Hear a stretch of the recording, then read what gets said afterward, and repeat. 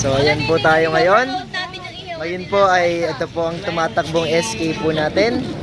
Si SK Ate Buba.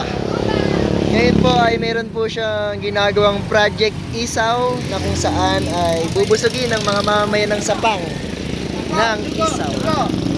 Dating lulong. Wait lang, baka kulangin pera mo. Dating lulong, ngayon ang tutulong. Dating nababarangay, ngayon ay magsisilbi sa barangay. Ayan po ang isa sa mga kagawad niya. And kami po ngayon ay nandito at nagpapaisaw si Kami po ay mamamayaw. SK Chairman. Pakita mo yung mga kalaban natin sa SK. Yun o, pakita mo yung kalaban natin sa SK. Marami si SK, mga hindi naman yan ano eh. Peke yan po. Peki yan. Kami talaga ang Dilan mga kaibigan. Oh, sorry na. Ipunin lang ang malakas. Yes, yes, yes. Baka mamatay tayo, boss ay. Ayan po tayo ngayon sa Si po ang isang konsehala.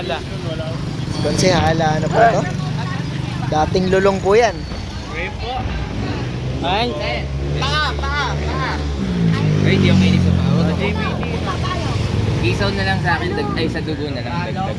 Ayan po, dahil po mga vlogger po tayo, dadagdagan po ang ating isaw. Isa pa. Ayan po. 8 daw paano? Dahil po may previous po kaming isaw. Dahil nandito sa SK. Dahil nandito ang aming SK Chairman.